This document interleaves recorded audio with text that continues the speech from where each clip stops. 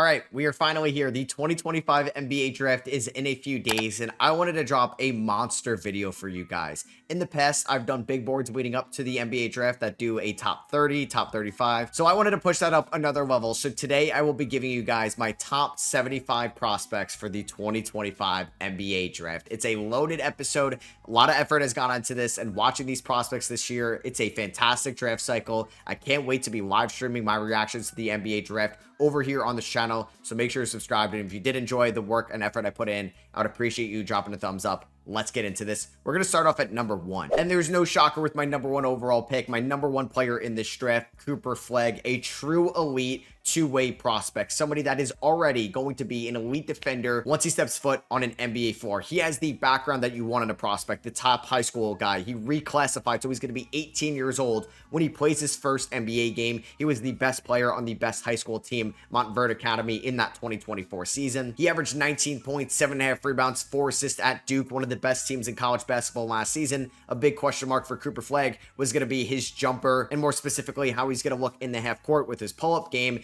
and he did not disappoint. He shot 38% on threes last year. He tweaked his jumper. He was one of the best defensive players in college basketball. He was a downhill scorer. He could put you on a poster. He can run in transition. The mid-range jumper got better and better throughout the course of the season. He was in the 91st percentile of pick and roll ball handlers in college basketball. He could be a point forward. He can guard 1 through 5. He could be a point guard if you need him to in a pinch. He's somebody that has the background, the ability to be an elite player on both ends of the floor, and he has all NBA potential, maybe even MVP potential in the NBA one day. He's not a generational prospect in my opinion, but he's pretty close to one. He's a sure thing. The Dallas Mavericks are going to get a good one. He's the consensus number 1 draft pick in this class for a reason, and Cooper Flegg is going to be a star in the NBA, the clear top player in this draft. Moving to number 2, somebody that would be a number 1 overall pick in some other drafts, you got Dylan Harper from Rutgers. Dylan Harper is going to be 19 years old. He's got great size, about 6'4.5" without shoes, can get up to 6'5", and he was a very good combo guard this past year at Rutgers.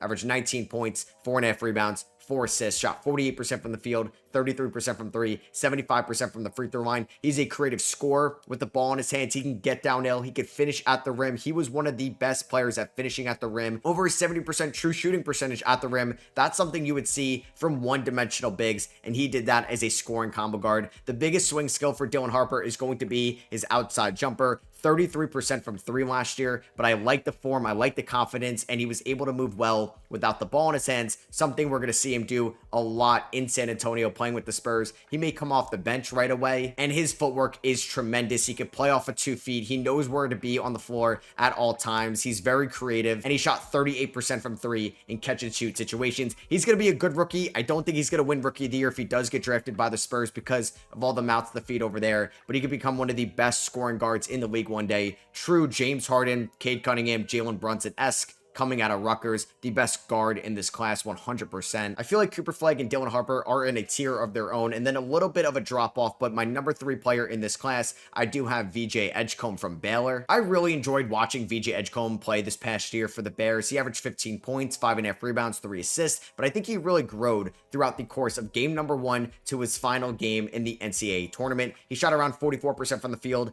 34% from 3, and 78% from the free throw line. He's from the Bahamas. He carried that team at Lujan in the high school season of 2024, and he is one of the best athletes in this class. He could jump out of the rim. He could put you on a poster. He can catch alley-oops. He can run the floor, and he has a 6'7.5" wingspan. He's going to be able to guard multiple positions. He's super quick. He's super agile. I love him on defense right now, and I think he's a phenomenal cutter and slasher. There's a big swing skill for Edgecombe. How is the court vision going to look at the NBA level? Could he be this great athlete, a Men Thompson-like point guard that's also an elite defender, but better shooter than a Men Thompson as well? He's not the athlete of a Men Thompson, but in my opinion is the best athlete in this class. He shot 36% on catch and shoot threes last year at Baylor. If he ends up in Philadelphia, Charlotte, Washington, I think no matter where he goes, he's going to be an immediate contributor right away. I think he's going to be an all-rookie first-team member in his first year in the league, and he does have the potential to being one of the best players from this draft class. And coming in at number 4, I do have the best shooter, in my opinion, in this draft class, Con Knipple. Mr. Basketball in the state of Wisconsin, was an elite shooter in all years of his high school career, and was an elite shooter last year for one of the best teams in college basketball, the Duke Blue Devils. He shot 48% from the field,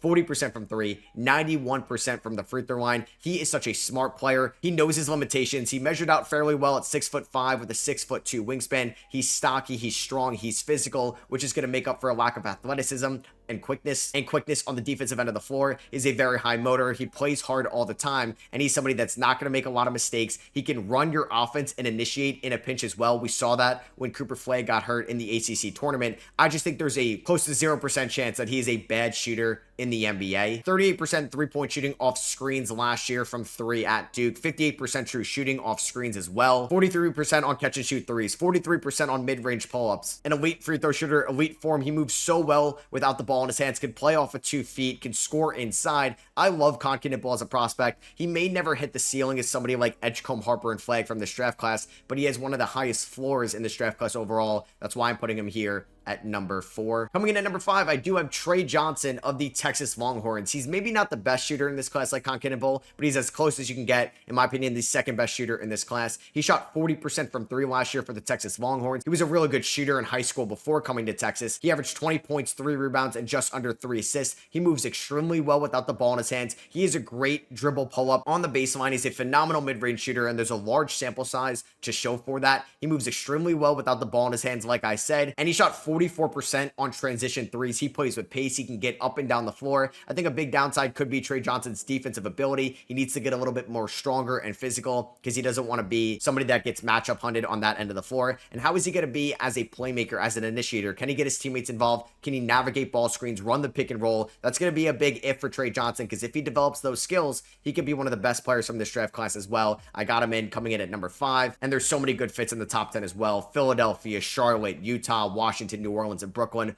all would be good fits for Trey Johnson, and I think he could be acclimated to any of those systems. And coming in at number 6 for me, somebody that is probably the most polarizing prospect in this draft class. He has the potential to maybe be the best player in this draft class, but there's a lot of risk to it. I got Ace Bailey, Dylan Harper's teammate at Rutgers. You could say it was a little bit of a disappointing season for Ace Bailey this past year playing in New Brunswick. He did average 17.5 points, 7 rebounds. He shot 46% from the field, 34% from 3, and 69% from the free throw line. But if you look at the tape, it's some of the worst shot selection in this draft class. He settles, he doesn't get physical downhill, and he kind of gives up on really good opportunities and looks within the half court. He did shoot 38% from 3 on catch and shoot threes, and I think Philadelphia would be a good system for him to just kind of be a complimentary scorer right away and really figure out what he's going to be as a 3-level guy at the NBA level. He's got a great Dirk Nowitzki type fadeaway jumper. I just worry about the motor sometimes for Ace Bailey. How is he going to be without the ball in his hands? Can he cut? Can he slash at the right time? Can he move well off ball screens? But he can attack closeouts. He has one of the best mid-range jumpers in this draft class. He can hit very difficult shots as well. He doesn't have a perfect handle at 6'9", 6'10", but it's good enough to be a very eye-popping handle for somebody at that size. He needs to work on the security of that as well, because he's going to be compared to Michael Porter Jr., Brandon Ingram a ton coming out of Rutgers. There are some off-the-court character issues as well in Ace Bailey, but he's a teenager. He's still 18 years old. I think he could be a great player at the NBA level.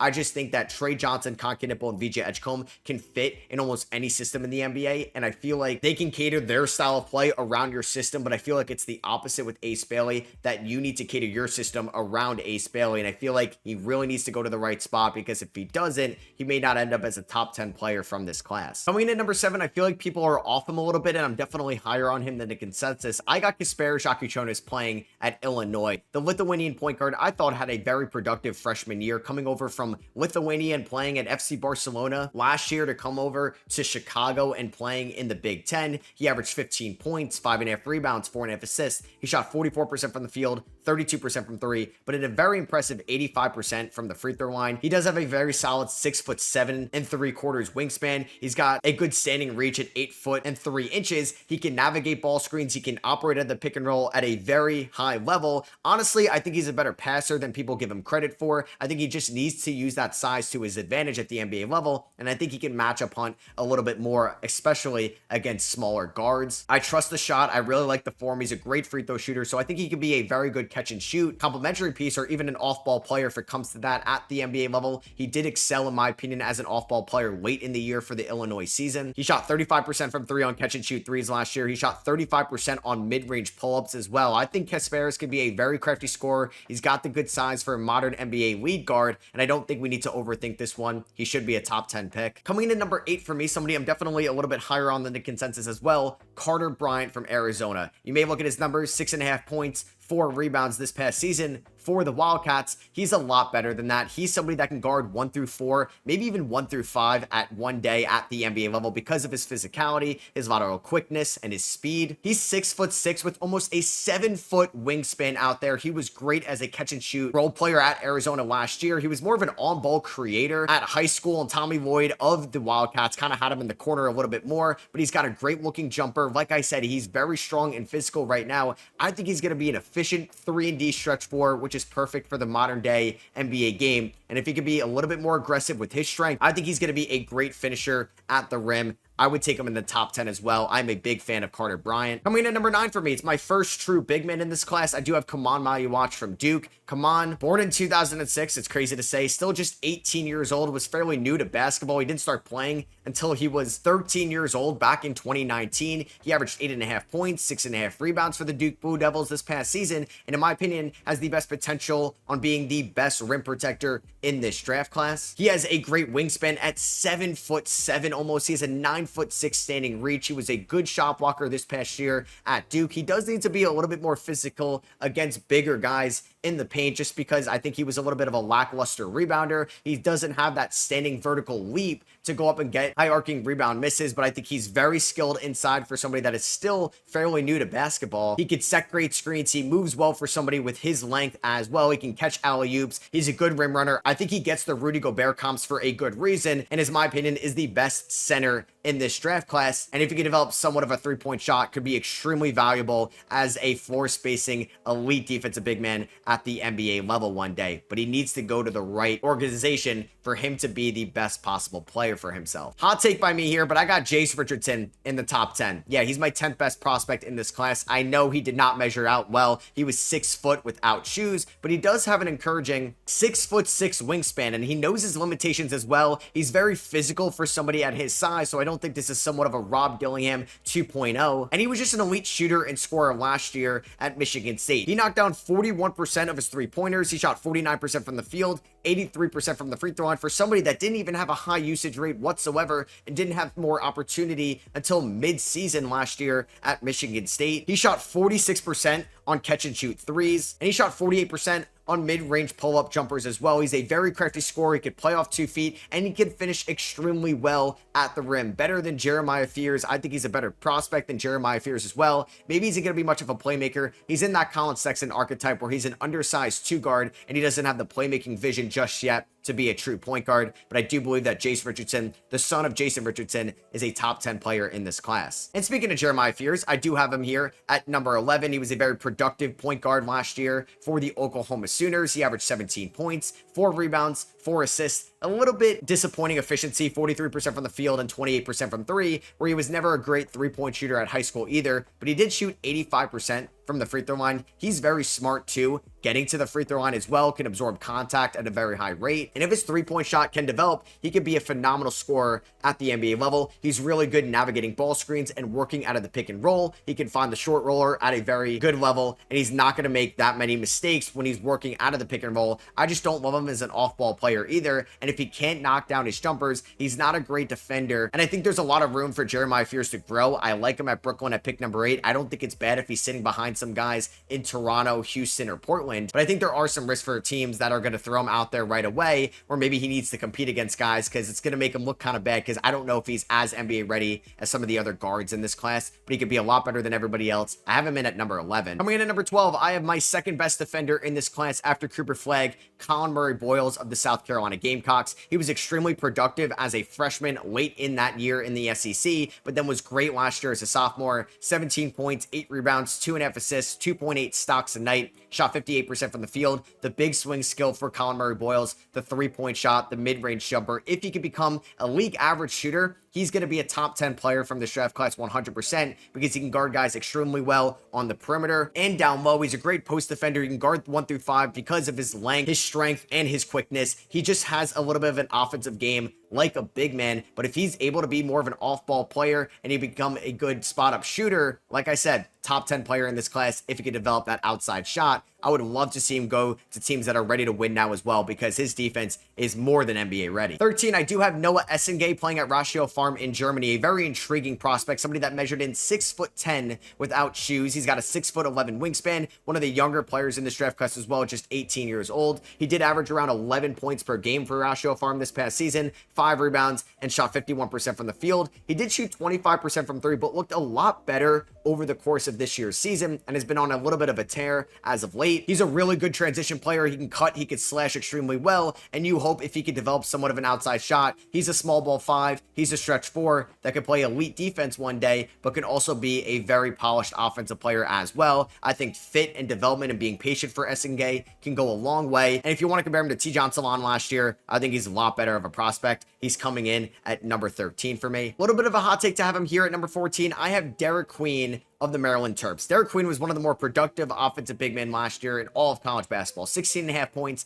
9 rebounds, 52% from the field, 76% from the free throw line. If Derek Queen, like a lot of these guys in this class, can show that the shot can be for real, because he shot 20% from 3 last year, but he does not hesitate taking threes, he could be one of the more intriguing offensive weapons at the big man position because of his court vision, his ability to dribble extremely well at his size, get downhill, have a great feel in the short roll. But if he can't really space the floor, I also worry about the defense at times. I think he can get lost out there. I think he can get overpowered by some smarter, stronger, and quicker big men down low, which is going to be on another level when he gets to the NBA. But I think there are some really good fits for Derek Queen. I think you have to be patient and hope that he gets into a little bit better shape like he said he wants to be, and he could be that Alperen Şengün type offensive big man hub one point in his NBA career. I think there's a high upside for him, but I think there's also some high downside, so I have him here at number 14. I do believe that's lower than the consensus. Coming in at number 15, a very intriguing prospect, I have Cedric Coward of Washington State. He just transferred to Duke and then declared for the NBA draft. So everybody kind of knows about Cedric Coward right now.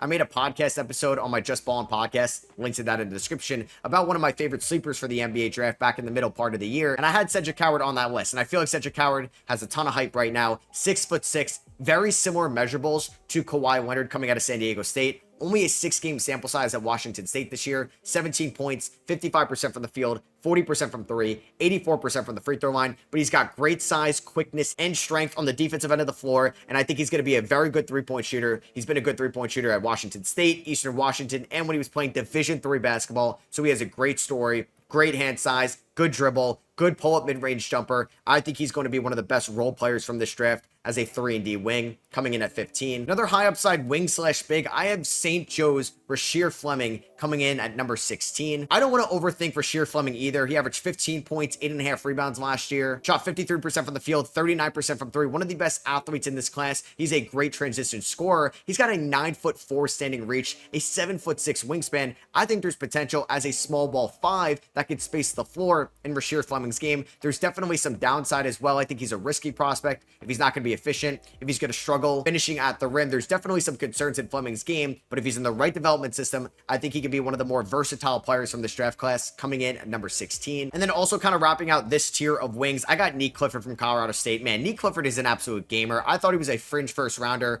last year if he was going to be in the 2024 draft, and his progression from game 1 this year at Colorado State to the final game against Maryland in a heartbreaking tournament loss is just so impressive. He averaged 9.6 rebounds. He's going to try to get his miss down low as much as he can. He's going to also crash the glass if his teammates miss a shot. He's a great defensive rebounder. He can box out. He can run in transition. He plays with great pace. He can play off of 2 feet. Great pump fake. Can finish with either hand. He's a very solid athlete. I think he's a safe prospect in this class. And if you're looking for a polished wing that could run the floor, knock down open shots, Nick Clifford is your guy in the middle of the first round. And a player I don't want to give up on, Nolan Traylor. He's coming in here at number 18. He was a consensus top 5 prospect going into this this season. And the 19-year-old did not shoot the ball well at St. Quinn. He ended up shooting 41% from the field, 30% from three, which did get better towards the end of this past season. But I think he's got great court vision. He's a fantastic ball handler. He also moves extremely well in transition. He can push the ball after a miss, but Traore has a tough time creating some separation offensively. And inside the paint, if it's not an open layup with either hand, he's going to have some tough time finishing with contact. But I think he can hold his own defensively. He played good competition in the Jeep Elite League in France last year. He may not be NBA ready, but I still think he's got very good court vision and initiating ability. I would still take him in the top 20. I think I'm a little higher on our next guy compared to the consensus. I have Asa Newell, who played last year at Georgia. He was on that Montverde team with Cooper Flagg, Liam McNeely, and Derek Queen. And I like Asa Newell's jumper to be somebody that can space the floor. He shot 29% on threes, but I think it's trending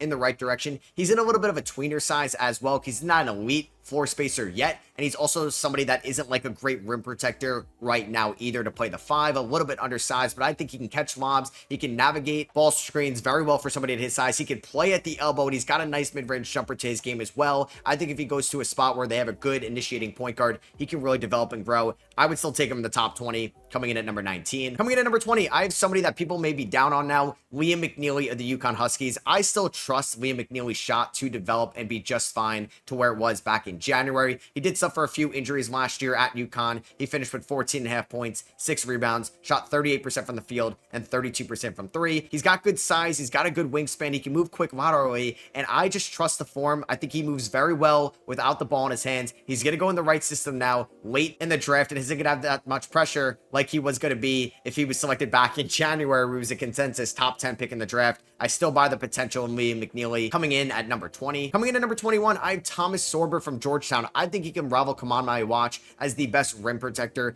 in this draft class. Sorber also, I think, has a little bit better of a jumper than Kaman watch as well, because if Sorber can develop that, he's going to be a very, very versatile player at the NBA level. Great wingspan, one of the best in this class. He had a 7'6" wingspan, 9'1" standing reach. He's got a really cool background story growing up and finding a love for basketball. He did suffer a serious foot injury in the middle of the Hoya season, but he was the best defender, in my opinion, outside of Ryan Kalkbrenner in the Big East at the 5 spot. Kalkbrenner, 5-year college player. Sorber, a freshman, and I think Sorber should definitely go in the middle part of the first round. And if you need a rim protector, he's going to go a lot higher than what I have him here at 21. Coming in at number 22, I do have Yegor Demon for the BYU Cougars, a very interesting prospect as well, kind of similar to Ace Bailey. Great size, great ball handling ability for somebody that's 6'8", 6'9", with a great wingspan as well. He measured in at 6'125" without shoes, a 6'10" and a quarter wingspan. You can make an argument he's the best passer in this draft. He averaged 10.5 points, 5.5 assists last year for the Cougars. I just can't trust his shot right now, and I don't know where he's going to be defensively. Is he guarding 1s, 2s, 3s, 4s? I think they're going to have a tough time placing him out there, at least at the start of his career. But if that shot can develop, he could be a very, very cool gadget player for somebody that is one of the best passers in this class that has a 6'10" wingspan. All right, coming in at number 23, I do have Danny Wolf, the unique big man from Michigan. Danny Wolf spent the first 2 years of his college career at Yale,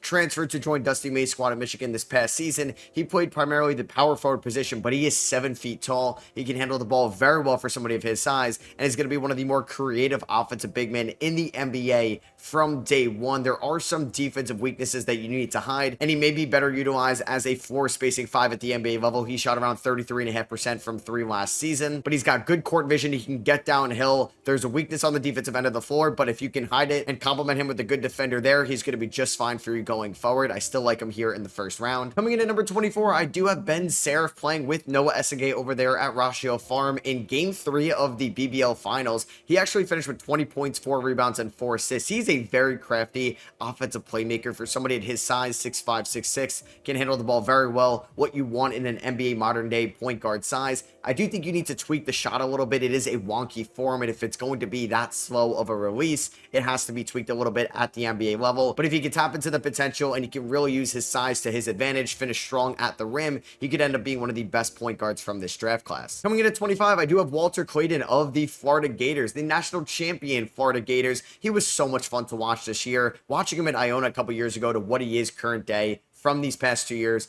at Florida is a great development story. He averaged 18 points, 3.5 rebounds, and 4 assists last year for Florida. He shot 38% from three. I don't think he's going to be a great defender at the NBA level. I don't love the playmaking ability, but man, is he going to be one of the best three-point shooters from this class. I don't think he's ever going to be an all-star one day, but he could be a serviceable enough starting point guard, and that's what you're going to get around this range. Coming into 26, one of the more productive college big men last season, and that is Maxime Reynal from Stanford University. Maxime Reynal came over from France a few years ago, and he stayed with Stanford through and through from his first year back in 2022 to last year in 2025. He could space the floor, shot 36% from three 2 years ago, 35% from three this year, and he's a very good ball handler. I do feel like he's got room for growth, but if you can put him in the right system, maybe playing with a good defensive-minded big next to him, he could be a nice floor spacing five that's also a fantastic rebounder down low. He doesn't have the playmaking ability of Danny Wolf, so that's why I have him ranked after Danny. Coming in at 27, a massive wild card here, and that is Will Riley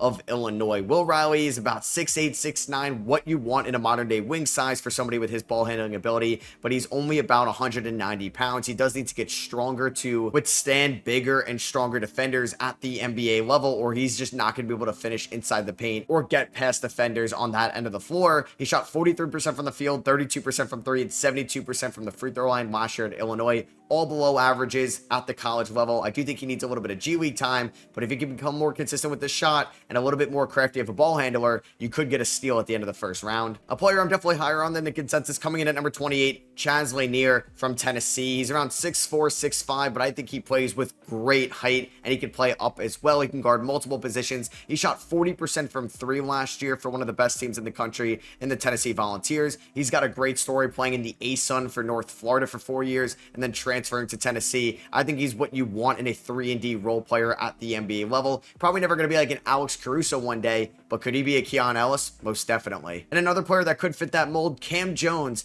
of Marquette. One of my favorite players in this class. He doesn't have a super high ceiling given his size, which is going to present some limitations, and his age coming out of Marquette, but he's somebody that is a great spot-up shooter. He can pull up, he can facilitate, he's a very smart defender. He shot 40% from three in 2024 when he was playing with Tyler Kolek at Marquette. Last year for the Golden Eagles, he ran that team and he averaged a career high 5.9 assists. He could be a very solid combo guard at the NBA level. Would love to see him go to maybe like a Phoenix or Los Angeles or a Boston at the end of the first round. And the 30th player I'm going to have ranked is Adu Thero of the Arkansas Razorbacks, one of the best defenders in this draft. Also one of the more athletic players as well. He's somebody that can anticipate passing lanes. He can guard very well on the perimeter and in the post, and I think he's a great cutter and slasher. He needs to work on the shot. It may be a big swing skill for him, but I think even if he doesn't develop a consistent jumper, you can have him out there as a guy that can guard multiple positions on the defensive end of the floor and can be a high energy guy on the offensive end. Coming in at 31, we also have another great defender in this class, and that is Noah Penda playing over in France. This past season, Penda averaged 10.5 points, 5.5 rebounds, 3 assists, shot 45% from the field,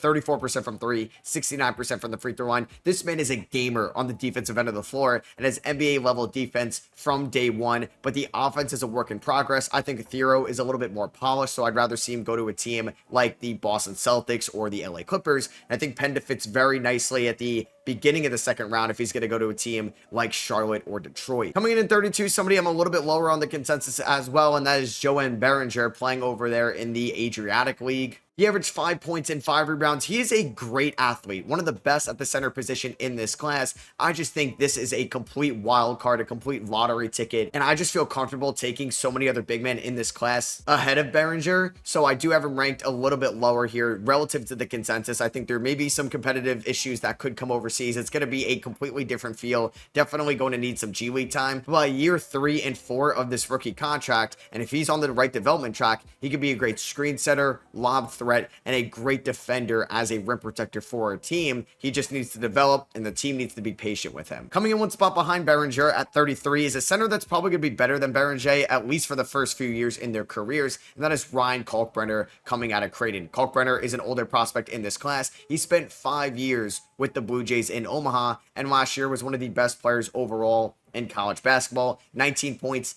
9 rebounds, 3 blocks a night. He's somebody that can set great screens. He can roll very well to the rim. He's got a wide catch radius, and I think is a perfect big man spot to maybe be behind Ivica Zubac. The Suns need a center. These are the guys I really like at the end of the first round or the beginning of the second, because teams like Minnesota and Boston are picking high in the second round as well. Maybe he ends up at Philadelphia with that top 40 pick. I like that home for Kalkbrenner too. Coming in at 34, I have Sion James from Duke. When you're watching Con Knipple, Kaman Mayuwatch, and Cooper Flagg last year, it's hard not to notice Sion James with the physicality and the energy and the competitive motor he has on the defensive end of the floor. He's very stocky. He's very built. He's somebody that can hold his own on the defensive end of the floor. He also shot 41% from 3 last year for Duke and 81% from the free throw line. He knows his role. He knows his limitations. He knows where to be on the floor as a role player, and that's exactly what he's going to be at the NBA level. I like him as a fringe first rounder, early second rounder. And one spot behind Sion James, I have another Duke Blue Devil, so that is going to be the 5th one here that I expect to be drafted,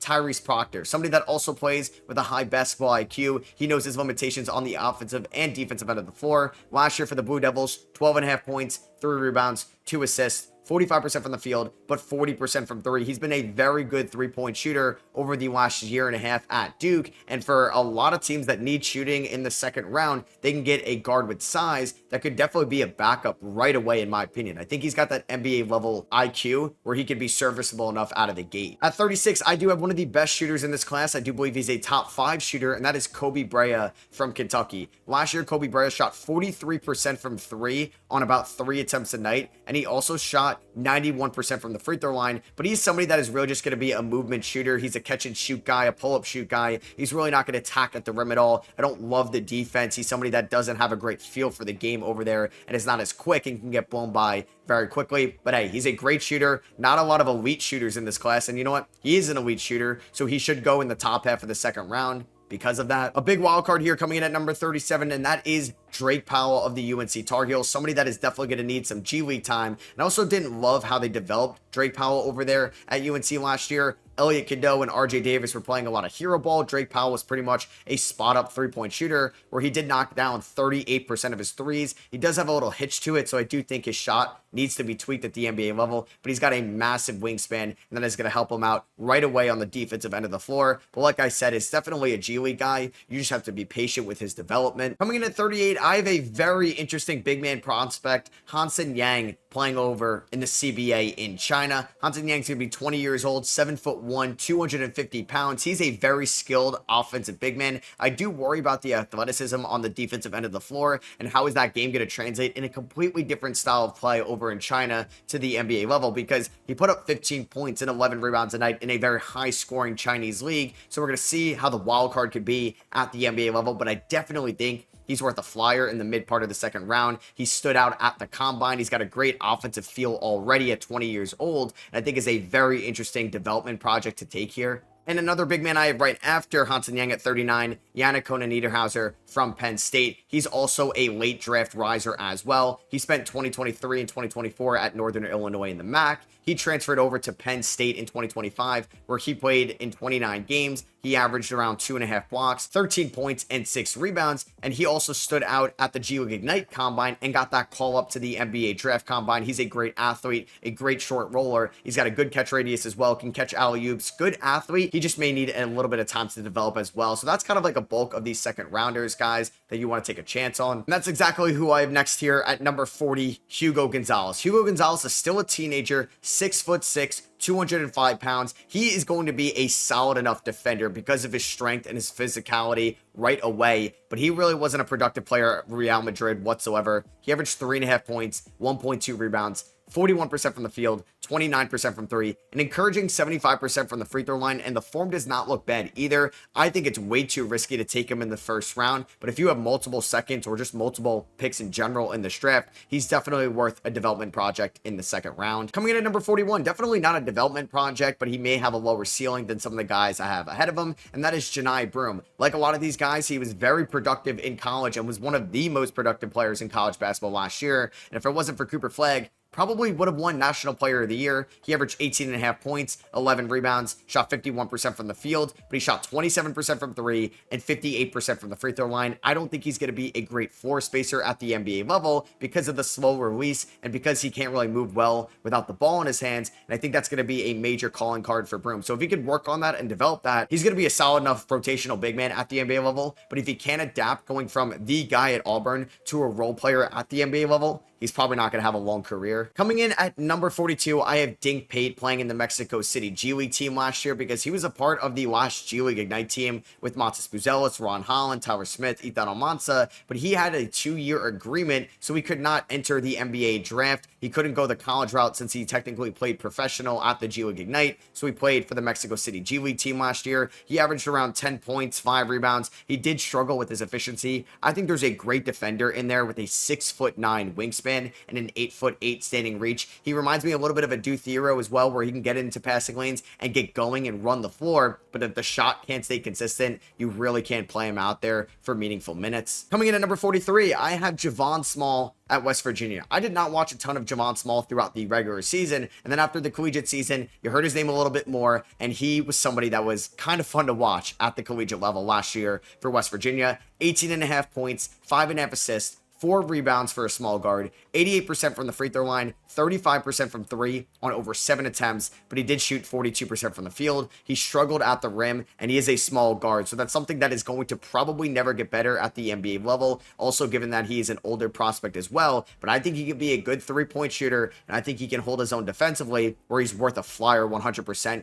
in this range in the draft. I also like Hunter Salas a lot. I thought he was going to be a fringe first rounder in the 2024 draft, which was definitely a weaker class. I have him here at 44 right now. I think he sold out his shot for a little bit more defense this past year at Wake Forest. Averaged 18 points, 5 rebounds, 3 assists, but he does have more size than Javon Small. I think he's a better defender, but not as good of a shooter. It's just pretty much what you value more at the NBA level. Coming in at number 45, I have Jir Watkins of Florida State, somebody that was very available over the last 3 years of his collegiate career. Started out at VCU and then spent the last 2 years at Florida State. There was a lot of drama with Florida State, and they also had high expectations. They never really hit those, but Jir Watkins was a gamer. He was out there every single night. His shot wasn't great last year, but I really like the form. He's a very good athlete. He's a good help defender. He averaged 18 points, 5.5 rebounds, 2.5 assists. Not a lot of shot creators over there in Florida State to help him out either. He had a very good combine standout. He's got good athleticism on the perimeter. 100% worth a second rounder. For good and for bad, Eric Dixon was one of my favorite players to watch for this upcoming draft because he probably rivals Ace Bailey as some of the most head-scratching shot selections out there, but he was the main guy under Colin Neptune's Villanova Wildcats team in 2025. He averaged 23 points, 5 rebounds, and 2 assists. He has complete tunnel vision, but man, watching him at Villanova reminds me so much of just modern day Julius Randle. He did shoot 40% from 3, so if that could stay consistent, he could be a good enough, maybe stretch 5, maybe a stretch 4. He's not a great defender. He's definitely not a good help defender, but because he can put the ball in the hoop and absorb contact, get to the free throw line, should definitely go in the NBA draft and should not hit undrafted free agency. I have another older prospect coming in at number 47, and that is John Tonje of the Wisconsin Badgers. He started off his career 4 years at Colorado State and then spent 2024 with Mizzou and then 2025 with Wisconsin. That's just modern day college basketball, baby. And Tonje, like Watkins, is a very good athlete on the perimeter, and he was a lot better of a shooter as well. Shot 38% from 3 on 6 attempts a night. He fixed his shot over the course of his long collegiate career. He averaged 19.5 points, 5 rebounds. He's definitely just a good swingman to take in the second round. Coming in at number 48, I have Kobe Sanders playing at Nevada. If he could really just become a full-time point guard, I think there's a lot more value to having Kobe Sanders all the way down here at 48. It's just what NBA team is going to allow him to be more creative with the ball in his hands because he's somebody that's around 6'6", but he has point guard material at the NBA level. 4.5 assists last year at Nevada. He shot 46% from the field, 80% from the free throw line. I love the court vision. I love the pick and roll ball handling ability. I just think he really needs to go to the right situation. Coming in at number 49, I have another A10 prospect here from VCU, and that is Max Schulga, somebody that knows his limitations, plays very smart with the ball in his hands. He shot 38% from 3 last year. I wish he was a little bit better of a free throw shooter, but he's a really good swingman as well. He's 6'4", can handle the ball well for a lead guard, averaged 15 points, 6 rebounds, and 4 assists. He's not the best defender in the world. 3 years at Utah State to start off his career in college basketball. basketball, last 2 years at VCU. I think he could be a fringe second rounder. Coming in at number 50, I have another fun swingman in the second round, Micah Peavy from the Georgetown Hoyas. Yeah, the Hoyas may get 2 guys drafted in the 2025 class, with Thomas Sorber, who's most definitely going to be a first rounder, and Micah Peavy, who can go in the second rounder. He's an older prospect as well. First year, Texas Tech, next 3 years at TCU, last year at Georgetown, where he averaged 17 points, 6 rebounds, 3.5 assists, shot 40% from 3. He's got a little bit of an odd release as well. It needs to get quicker at the NBA level, but he's a smart cutter and slasher, moves very well without the ball in his hands. He just needs to go to the right situation as well. A fantastic defender last year in college basketball, Jemai Mashak of the Tennessee Volunteers. He's coming in here at number 51 for me. He can guard multiple positions on the perimeter, and he plays with so much energy and intensity. He shot 35% from 3 last year, 72% from the free throw line, but if you could just be consistent from 3, I think that defense is NBA ready. Another fun perimeter player here at number 52, Elijah Martin, the teammate with Walter Clayton from last year's Florida Gators team. He played at Florida Atlantic at one point with Vlad Golden and John L. Davis, and he won a national title last year with the Gators, where he shot 35% from 3, averaged around 14 points and 4.5 rebounds. He could switch well on the defensive end of the floor. He just lacks a little bit of size to really guard 2s and some 3s at the NBA level. Another big man that should definitely hear his name called during the NBA draft, Amari Williams of Kentucky. So the second Wildcat we're talking about, we talked about Kobe Bryant a little bit earlier. Amari Williams spent 4 years in the CAA conference playing for Drexel, and then last year at Kentucky. He moves very well at his size. He can get up and down the floor, averaged 11 points and 8.5 rebounds, and has some of the best court vision from a big man in this class. I have everybody's favorite sleeper coming in here at 54, and that is Ryan Nembhard of the Gonzaga Bulldogs. Nembhard spent the first 2 years of his collegiate career at Creighton and the last 2 years at Gonzaga. He's one of the best initiators and floor generals in this class. He averaged 6.9 assists in 2024, and he led college basketball with 9.8 assists last year. He shot 40% from 3, 77% from the free throw line. The only problem is he's around 4 inches smaller than his older brother, Andrew Nembhard. I just don't think he's going to be a great defensive player, but I do think he's well worth a second round pick given the court vision and the playmaking ability. Another fun point guard prospect coming in here at number 55. He was supposed to be one of the best players in college basketball, but was not as good in 2025 than he was in 2024. Started off his career at Ohio, last few years at Alabama, and that is Mark Sears. Sears got some Jalen Brunson comps when he was breaking out last year. Like I said, had a little bit more of a down year, 34% from 3, 40% from the field, can struggle at the rim at times, but if that 3-point shot can go back to what it was, he could be one of the best shooters from this draft class, which is definitely going to be a calling card that can keep you in the NBA for longer than most second round picks will. It's going to be funny when I react to my way too early mock draft, because I have my next guy, Roco Zakarsski, at number 56, up there with Kaman a year ago as the 2 guys fighting for the best center in this draft class, and I have him here at 56. Was not great last year at Brisbane over there in the NBL. He averaged 4.5 points, 3.5 rebounds. He is very clumsy and awkward with the ball in his hands right now, but he's got incredible size. He's 7'3", 260 pounds. He could be a very good rim protector at the NBA level, but he reminds me maybe of like a Boban Marjanovic, which honestly, if he turns into that, is going to be a pretty good second rounder. I'm definitely lower on Alex Tui, also playing from Australia. He's somebody that's going to be around 21 years old on draft night, 6'7", 223 pounds. His calling card is supposed to be a movement shooter, off-ball scorer, but he shot 30% from 3 last year playing for the Sydney Kings. I just don't think he's a great athlete. He's a smart defender, but not a great defender, and if he can't really knock down 3s at an above 35% clip, I just don't think there's going to be much value at the NBA level. Coming in at number 58, I have Ethan Almansa, who played last year for the Perth Wildcats, the same team that Alex Sarr played with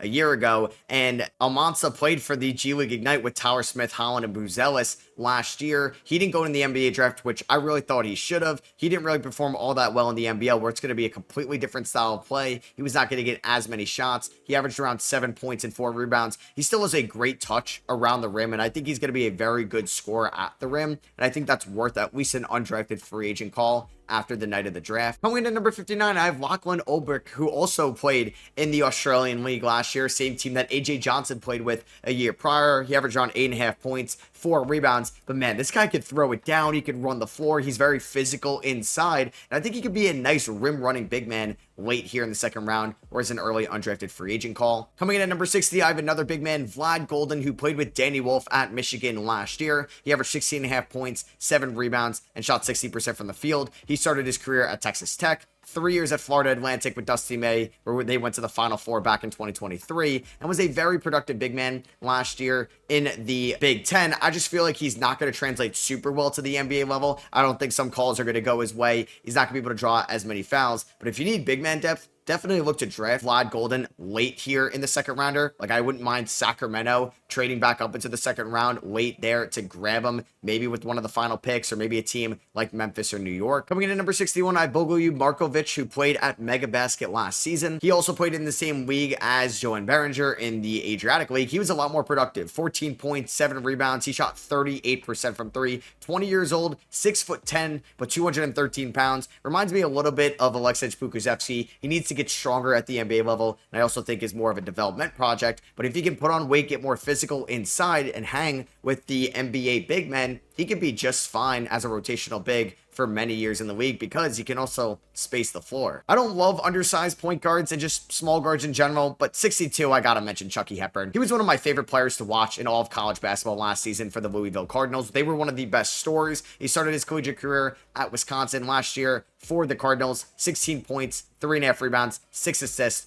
43% from the field, 32% from three, but a very encouraging 84% from the free throw line. But he is such a good point of attack defender, and kind of reminds me of Davion Mitchell a little bit. I think he should get drafted for sure. Coming in at number 63, I do have RJ Lewis, who I was very shocked when he didn't stay at St. John's or enter the collegiate transfer portal. He's going into the NBA draft, so maybe he's got a hint that he's actually going to get selected. Last year, the guard/wing averaged 18 points, 7 rebounds, 43% from the field, 33% from three, 74% from the free throw line. I like the defense in RJ Lewis's game. A really cool story from UMass over to St. John's, who were also one of the best storylines last year. I'm just not super convinced the shot is going to be very consistent at the NBA level, and he's in a little bit of a tweener position at that point. I got a very fun score from last year's college season coming in at number 64, very similar to John Tonje in a way that he's older, but still a crafty score on the perimeter. Bryce Williams from Nebraska. 20 points, 4 rebounds, 47% from the field, 37% from three, 88% from the free throw line. He started his collegiate career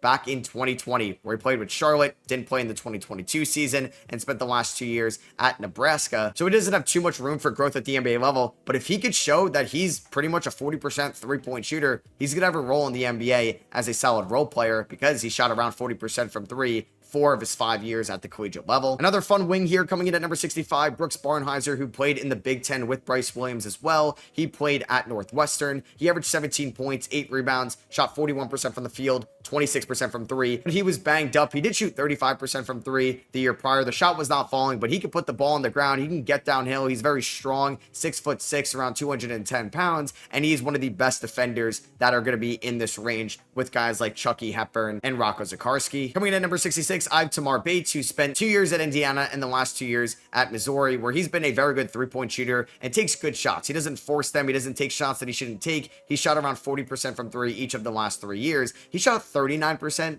in his last year at Indiana in 2023 from the field, and then 49% from the field in 2024. A very impressive jump from Bates. There's some limitations on the defensive end of the floor, and he does struggle sometimes as a ball handler, but I like the touch around the rim. He's a great free throw shooter. Definitely a guy to keep an eye on. Somebody at 67 that I loved to watch last year, Shawn Padulla, who played at Ole Miss. He was the best player on that Rebels team last year that beat UNC in the March Madness tournament. He averaged 15 points, 3.5 rebounds. He is 6'1", a smaller guard, but he plays with so much competitiveness. 39% from three, 82% from the free throw line. Hey, maybe he could be the next TJ McConnell. Coming in at number 68, I have Will Richard, who played with Walter Clayton and Elijah Martin last year at Florida. And if you remember him in the national championship game on the biggest stage against Houston, kind of kept Florida in that game. That was a game where both teams were not shooting very well. They were very nervous and were rushing and forcing shots, but Richard knocked down 4 threes in that game. He looked cool, calm, and collective. Hey, that's a very good trait to have under pressure that you could bring to the NBA level. Coming in at number 69, I do have Dylan Cardwell, who played in that front court with Janai Broom last year at Auburn. He averaged around 5 rebounds and 5 points. Definitely needs to get a little bit better of a feel for the game of basketball, but he runs the floor very well. 6'11", 250, can hold his own in the paint. I think he's a guy to keep an eye on as an interesting sleeper in this class, because he was a lot more productive over the last few years at Auburn than his numbers really showed. Coming in one spot after Cardwell at number 70, Ivar Lachland, who played last year at Clemson. I could really either put Lachland or Chase Hunter here. Both of them were very productive players at Clemson. Lachland, I like a little bit more as a defender, rim protector, 6'11", 220 pounds, averaged 11.6 rebounds, but he also doesn't have a terrible jumper, and I think he could space the floor. He did shoot 37% from 3 last year for the Tigers. Joining Amari Williams and Kobe Bryant, I had my third Kentucky Wildcat here at number 71, Jackson Robinson. He played at Texas A&M, Arkansas, BYU, and last year for the Kentucky Wildcats. 13 points, 3.5 rebounds. He did shoot 37% from 3. He's got a good wingspan, can guard multiple defenders. His season was cut short due to injury, but I think could be a nice two-way at the NBA level. Fun prospect here at number 72, Grant Nelson, who started his career at North Dakota State and the last few years at Alabama, and he was very productive in the SEC. Crafty scorer around the rim, has some nice post moves. I wish he was a little bit better of a three-point shooter, because if he was, I would have had him a lot higher. A very notable name here coming in at number 73, Caleb Love of the Arizona Wildcats. He shot 39% from the field last year and 34% from 3, but he's an elite free throw shooter, and if he's playing with confidence, it's hard to stop him at times. He had a lot of fun moments at UNC and at Arizona, and I'm going to have him here as a fringe undrafted free agent guy. Coming in one spot after Love, I do have Kobe Johnson, who played for the UCLA Bruins last year. He did start off his career at USC. He averaged 8.6 rebounds, shot 46% from the field, 36% from 3. He may actually go a lot higher than this. I feel like I've been hearing some rumblings that he could go maybe late in the second. I'm just not really seeing it right now. And lastly, here at number 75, I'm going to have RJ Davis of the UNC Tar Heels, a very productive player over the last 5 years of his career in college basketball. He did shoot 35% from 3 last year, 36% from 3 in his 5-year career. Great free throw shooter, can get to the rim, can finish at the rim, but he's just a small guard. He's very light, probably not going to stick in the NBA. And there was a ton of guys that I could have mentioned as well. Kadari Richmond, Chase Hunter, Norshader Mir, Keyshawn Gilbert, Jemiah Neal, Matthew Cleveland also could have made this list as well. So those are some honorable mentions. I hope you guys did enjoy my top 75 prospect ranking for the 2025 NBA draft. A lot of work went into this year's draft cycle, and this was my largest big board yet. So I hope you guys did enjoy. I'd appreciate you dropping a thumbs up, subscribe for more draft content, because I'm going to be live streaming during round 1 and round 2 on Wednesday and Thursday of the 2025 NBA draft. I hope to see you there, and I'll catch you guys in the next one. Peace.